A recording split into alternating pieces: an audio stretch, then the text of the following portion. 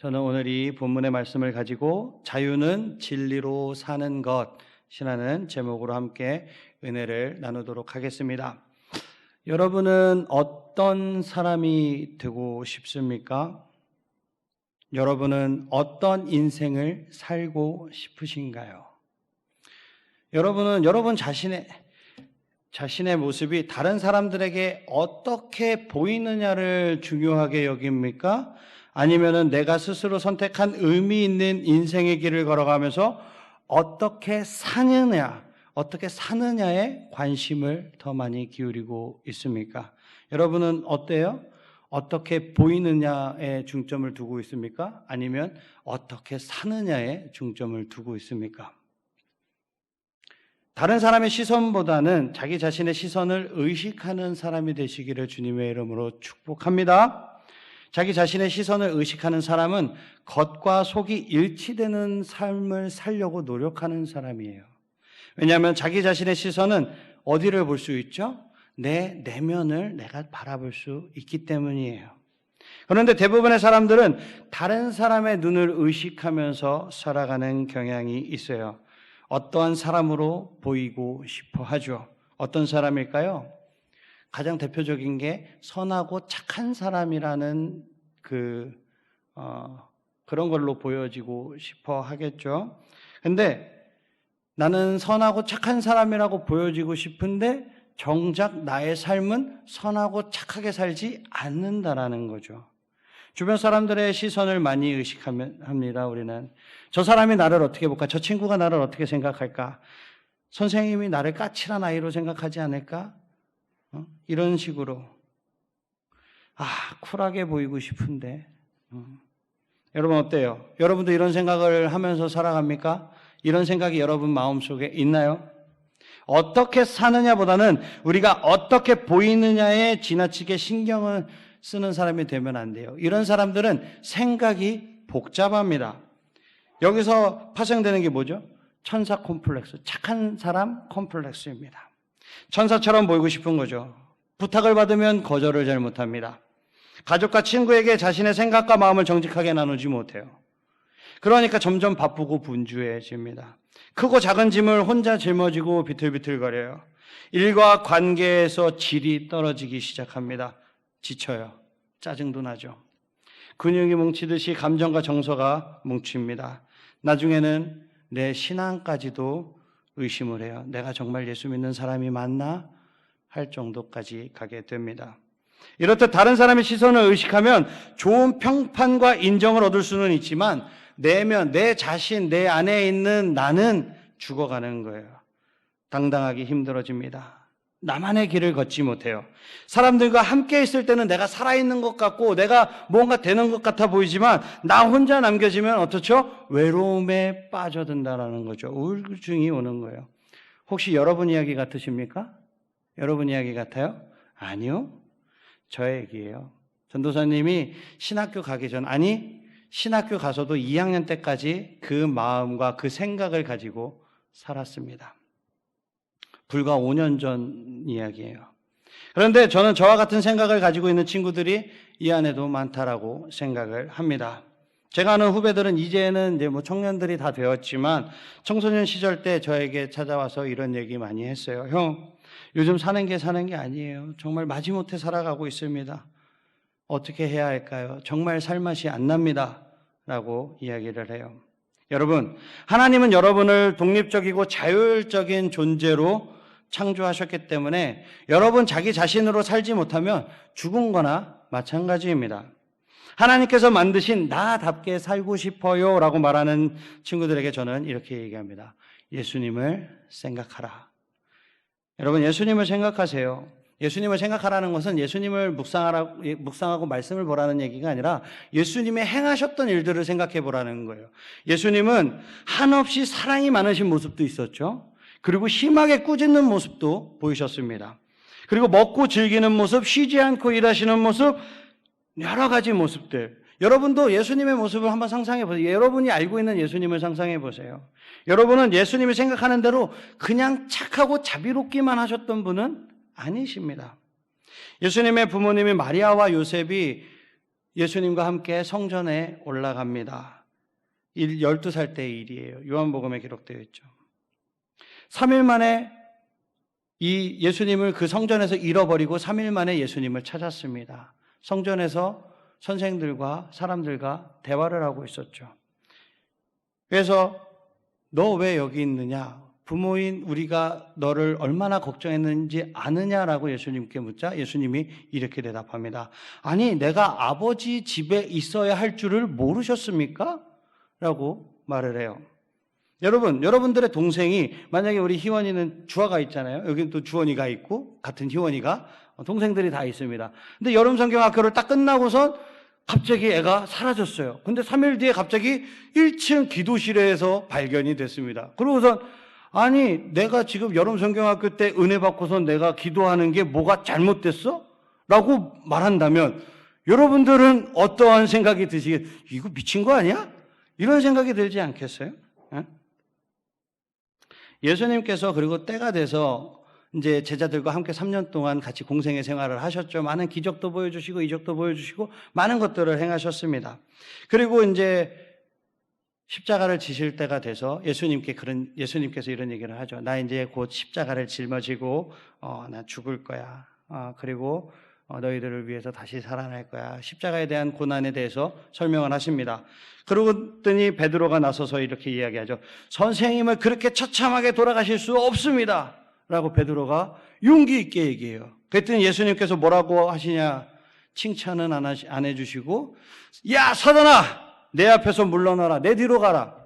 라고 말씀하십니다. 그러니까 이런 거예요. 제가 여러분들 앞에서 전도사님은 앞으로 예수님 잘 전하고 또 예수님 잘 전하다가 순교할 거야 라고 이렇게 얘기했더니 어떠한 친구가 저에게 전도사님 그런 말씀하지 마세요. 전도사님 혼자 그렇게 고통받게 할 수 없습니다. 라고 말을 할 수 있겠죠. 물론 말을 해야 합니다. 안 하면 내가 섭섭할 테니까 해주셔야 해요. 내가 이런 얘기를 하면. 네. 아무튼 그런데 제가 그 친구에게 이렇게 하는 거죠. 야, 사탄아, 내 뒤로 물러나라. 했다라고 생각을 해보세요. 저는 그렇게 얘기한 저는 정말 까칠하고 도도한 남자입니까?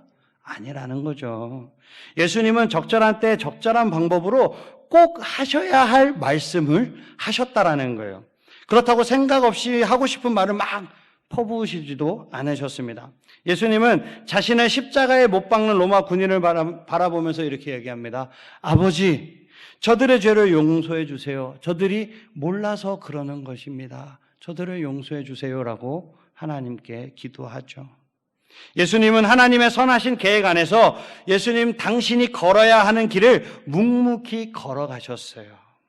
예수님께서는 자신의 인생을 이렇게 설명하십니다. 요한복음 14장 4절을 크게 한번 읽어볼게요. 시작!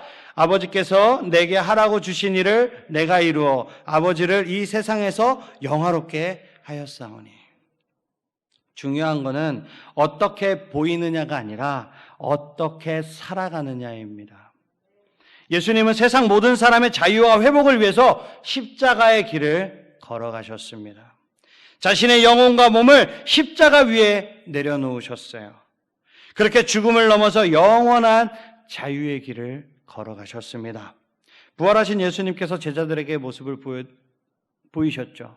그때는 시간도 공간도 그 어떠한 것도 예수님을 가둬둘 수 없었습니다. 사랑하는 친구들, 여러분들도 자유를 원하십니까? 자유를 원해요? 어떠한 자유요? 무슨 자유를 원합니까? 여러분이 하고 싶은 대로 하면서 살아가는 그 자유요? 제가 지금 3주째, 4주째인가요? 아니라고 말씀드리죠. 자유는 내 마음대로 할 수 있는 상태가 아니에요. 그렇다고 다른 사람의 기준에 맞춰서 내 자신을 억압하는 것도 자유가 아닙니다. 진정한 자유는 진리를 보고 그 본 것을 담대하게 말하고 그리고 그 진리대로 그대로 살아가는 것이 자유입니다. 아멘이십니까? 아멘. 다른 사람들의 시선을 너무 많이 의식하지 않으면서 그리고 다른 사람을 무시하지 않으면서 하나님께서 계획하신 그 아름다운 나만의 인생을 걸어가는 자유를 누리시기를 주님의 이름으로 축복합니다. 아멘. 그렇다면 그런 자유는 어떻게 누려야 할까요, 여러분? 오늘 본문에 보면 하나님의 뜻 안에서 자기 자신의 길을 묵묵히 걸어가는 한 사람을 우리는 볼 수 있습니다. 이 스데반 집사님은 하나님 가슴에 담겨 있는 진리를 본 사람이에요. 이 세상을 긍휼히 여기시는 하나님 아버지의 마음과 계획을 본 것이죠. 그래서 그것을 말하지 않을 수가 없었습니다. 스데반 집사님은 진리를 보고 진리를 담담하게 이야기했어요. 우리 사도행전 7장 55절에서 56절을 함께 한번 읽어보도록 하겠습니다. 스데반이 성령 충만하여 하늘을 우러러 주목하여 하나님의 영광과 및 예수께서 하나님 우편에 서신 것을 보고 말하되 보라 하늘이 열리고 인자가 하나님 우편에 서신 것을 보노라. 이렇게 하나님의 말씀, 하나님의 그 진리를 보고 담대하게 선포하자 사람들이 달려들어서 스데반 집사님을 성문 밖으로 끌고 가서 돌로 쳐서 죽였습니다. 이렇게 스데반 집사는 기독교 역사상 첫 번째 순교자가 되었죠. 그 후로 핍박은 더욱더 심해졌습니다. 기독교인들은 핍박을 피해서 유럽과 아시아 전역으로 퍼져나갔어요. 그리고 그리스도인들이 가는 곳마다 자신들이 본 것을 말하기 시작했습니다. 여러분, 제가 선포할 테니까 여러분들은 우리 아멘 하면 어떻게 아멘 해야 된다 그랬죠? 두 손 들고 아멘 해야 된다고 배웠어요, 안 배웠어요? 배웠죠? 그럼 여러분들은 아멘으로 받기만 하시면 돼요. 제가 선포할게요. 하나님은 당신을 사랑하십니다. 예수님께서 죽음을 이기셨습니다. 죽음과 죄에 대해서 너무 두려워하지 마시기를 축복합니다. 영원히 행복하게 살 수 있는 길이 있습니다. 그 길은 예수를 믿고 회개하고 돌이키는 길입니다. 아멘. 아멘. 진리를 따라 살았던 스데반 집사님의 이 순교를 통해서 영혼을 자유롭게 하는 진리가 세상 사람들에게 흩어졌던 거예요. 이 세상은 스데반 집사를 죽임으로 인해서 이긴 줄 알았죠. 근데 그 핍박으로 인해서 진리가 온 세상에 퍼져나가는 불씨가 된 것입니다. 근데 도대체 무슨 이런 진리가 스데반 집사를 이렇게 죽음으로까지 그것을 담담하게 받아들이고 그 영광을 바라볼 수 있는 그 진리대로 살아갈 수 있는 자유를 준 것일까요? 우리가 그에 대한 힌트를 말씀에서 한번 보겠습니다. 사도행전 6장 8절을 한번 볼게요. 앞으로 좀 넘어가서 사도행전 6장 8절 우리 큰 목소리로 한번 읽어보겠습니다. 시작. 스데반이 은혜와 권능이 충만하여 큰 기사와 표적을 민간에 행하니. 네, 스데반 집사님은 예수님의 은혜와 성령님의 권능에 사로잡혀 살았던 거예요. 즉 삼위일체 하나님을 인정하고 삼위일체 하나님과 동행하고 삼위일체 하나님께 순종하면서 산 것입니다. 사랑을 받아본 사람은 알아요. 부족함이 없습니다. 아쉬움이 없어요. 지금 내 앞에 있는 한 사람이 나를 진심으로 사랑해 줄 때 그 누구의 격려와 위로도 더 필요하지 않습니다. 그렇지 않나요? 나를 사랑해 주는 그 한 사람으로 말미암아 내가 모든 것을 이길 수 있습니다. 삼위일체 하나님께서 여러분을 바라보시면서 사랑한다 내 아들아, 사랑한다 내 딸아라고 고백하시는 것을 매일매일 경험하며 산다면 여러분들 얼마나 좋을까요? 그죠? 다른 사람의 시선을 의식하는 데서 여러분들 그러면 벗어날 수 있는 겁니다. 이제 하나님의 사랑을 구체적으로 받아들이는 그 과정을 한번 살펴보겠습니다. 오늘은 예수님의 은혜와 성령님의 권능, 이것을 중심으로 한번 살펴보도록 할 텐데, 첫 번째, 하나님의 눈으로 자신을 바라봐야 해요. 은혜라는 말은 다른 말로 표현하면 선물이라는 말입니다. 선물을 받으면 기분이 좋아져요. 기분이 좋다고 해서 내가 돈을 그 사람에게 지불합니까? 물건값을 내요? 선물값을? 안 내잖아요. 선물은 언제나 공짜입니다. 하나님께서 여러분에게 주신 가장 좋은 선물은 구원이라는 선물이에요.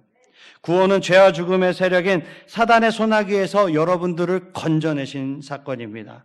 구원을 받은 여러분이 하나님께 지불할 것은 아무것도 없어요. 여러분의 영혼과 몸의 값으로 누가 지불되셨습니까? 예수 그리스도가 이미 지불되셨기 때문입니다. 은혜는 죄 때문에 도저히 받아들여질 수 없는 우리 인간이 하나님에게 받아들여진 것입니다. 여러분은 하나님에게 받아들여진 사람입니다. 사람들에게 칭찬받기 위해서 과도하게 노력하지 않아도 돼요. 적절한 예가 될지는 모르겠지만 한번 제가 이야기해 드릴게요. 한 아리따운 소녀가 있었습니다. 외모만큼 성품도 아름다웠어요. 소녀의 소문을 들은 왕자가 그녀를 아내로 맞이하려고 합니다. 이제 그 소녀는 짐을 싸서 떠나야 해요. 마침내 왕궁으로 들어가는 그날이 다가왔습니다. 예쁜 옷을 차려입고 아름답게 치장을 해요. 왜요? 왕에게 잘 보이기 위해서죠. 근데 바로 그 순간 소녀는 옆집 총각과 마을 청년들의 시선을 의식할 필요가 있어요? 없어요? 없는 거예요. 아랫동네 동균이가 파란색을 좋아하니까 오늘 양말은 파란 양말을 신고 가야지. 옆집 사는 후리가 주황색을 좋아하니까 내 머리핀은 주황색을 하고 가야지. 이럴 필요가 없다라는 거예요. 이게 지금 그렇게 한다면 말이 되는 거예요? 안 되는 거예요? 안 되는 거예요. 왜? 나는 이미 왕비가 되는 세빈이 되는 거죠? 네, 그렇죠. 왕자가 청혼한 거니까. 네, 아무튼 왕궁으로 들어가는 거예요. 그러니까 옆집 남자들, 옆집 청년들을 의식할 필요가 없는 것입니다. 누군가가 저에게 이렇게 물어봐요. 하나님께서 저를 구원하신 것은 알지만 하나님께서 종종 저를 좋아하시는지 저는 도저히 납득이 되지 않고 의심이 됩니다. 라고 물어보죠. 여러분, 하나님께 받아들여졌다는 그 사실을 알 수 있는 길이 한 가지 있습니다. 뭐냐면 하나님의 말씀에 순종해 보는 거예요. 예수님께서 요단강에 가셔서 세례 요한 앞에 무릎을 꿇습니다. 세례 요한이 말하죠. 제가 예수님께 세례를 받아야 하는데 왜 예수님께서 제게 세례를 받으시려고 합니까? 그래서 예수님은 이게 하나님의 뜻이고 이에 순종하는 것이 좋다라고 말씀하십니다. 예수님께서 세례를 받으실 때 하나님께서 말씀하시죠. 이는 내 사랑하는 아들이요 내 기뻐하는 자라. 목사님이나 전도사님이나 우리가 하는 이런 설교를 들을 때 그리고 선생님들하고 분반 공부 시간에 나누는 대화 중에서 신앙과 성품이 좋은 친구와 또 진지하게 대화를 하는 가운데 가끔 이런 느낌이 들 수도 있어요. 아, 하나님께서 나한테 이렇게 하기를 원하시나? 라는 생각이 들 때가 있죠. 그럴 때는 한번 실천해 보는 거예요. 그러면 여러분 내면에 영적인 뿌듯함이 생길 것입니다. 자긍심이라고도 하죠. 내면의 힘이라고 부르기도 합니다. 이런 영적 기쁨이 차오르는 것을 여러분 경험하실 수 있어요. 그 경험 참 좋습니다. 저도 많이 경험했잖아요. 여러분 그 경험을 날마다 하시기를 주님의 이름으로 축복합니다. 아멘. 둘째는 성령님의 능력으로 세상을 바라보라는 거예요. 권능은 하나님의 능력입니다. 하나님의 능력이 가장 아름답게 표현된 사건을 두 가지만 설명해 드릴게요. 하나는 말씀으로 세상을 창조하신 거고요. 또 하나는 예수 그리스도께서 죽음과 죄의 권세를 이기고 3일 만에 부활하신 것입니다. 두 사건 모두 엄청난 사건이죠. 근데 지금은 부활 사건에 대해서 한번 생각해 보도록 하겠습니다. 성령님은 부활하신 예수 그리스도의 영이십니다. 성령님은 죽음과 죄의 권세를 이기신 분이십니다. 오늘 본문을 보면 스데반 집사님도 순교 직전에 성령 충만했다라고 기록되어 있어요. 성령 충만한 사람은 죽음 앞에서도 물러서지 않는 것입니다. 지금 현재에도 21세기에도 지역에 따라서 순교자들이 나오고 있어요. 제가 아는 인도인 선교사님은 젊은 시절에 복음을 전하시다가 인도 청년들에게 죽기 직전까지 맞았다라고 해요. 근데 그것도 한두 번 맞은 게 아니고 엄청 많이 맞았다고 합니다. 인도뿐만 아니라 극렬한 이슬람, 공산주의 국가에서는 지금도 기독교인들이 순교를 당하고 있어요. 예수를 믿었다라는 이유 하나만으로 목이 잘립니다. 지금도 여전히 일어나고 있는 일이에요. 물론 우리가 생활하고 있는 이 대한민국과 대부분의 서구 사회에서는 더 이상의 순교자가 나오지는 않죠. 하지만 급속하게 변화하는 이런 사회에서 많은 구성원들이 스트레스를 받고 살아가고 있습니다. 영적, 정서적, 정신적 그리고 신체적으로 부담을 많이 느끼는 사람들은 종종 죽을 것 같다거나 더 이상 못 버티겠다라고 탄식을 합니다.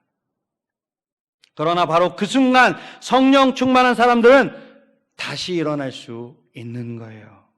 다시 도전하는 거죠. 왜냐하면 죄와 죽음의 권세를 이기게 하시는 성령님께서 여러분들과, 그러니까 나와 함께 하신다라는 것을 믿고 의지하기 때문에 다시 일어설 수 있는 것입니다.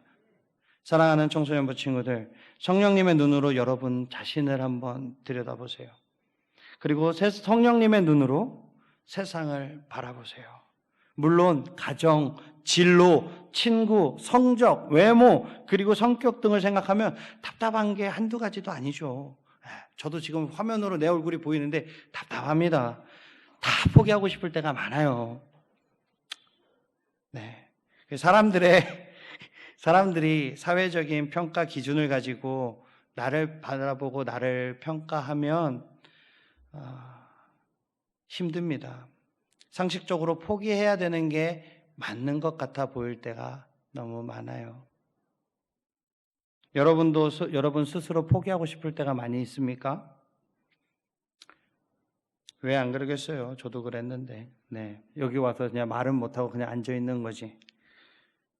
내 자신이 빈 껍데기처럼 느껴질 때도 있습니다. 만지면 푸석하면서 부서질 것만 같은 메마른 것처럼 느껴질 때가 너무나도 많이 있습니다. 바로 그때 어렵지만 성령님이 나와 함께 하신다라는 사실을 기억할 수 있기를 주님의 이름으로 축복합니다. 여러분 다시 시작할 수 있습니다.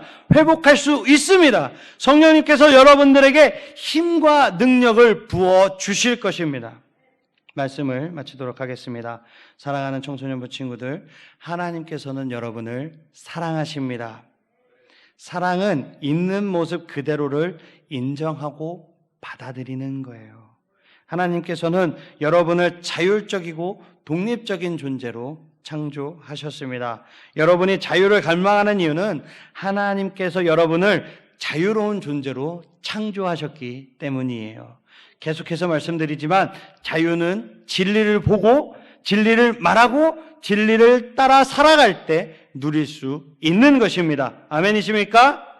근데 그 진리는 어디에 있어요? 하나님 가슴에 담겨져 있어요. 근데 그 하나님 가슴에 여러분에 대한 사랑, 비전, 그리고 계획이 다 담겨져 있습니다.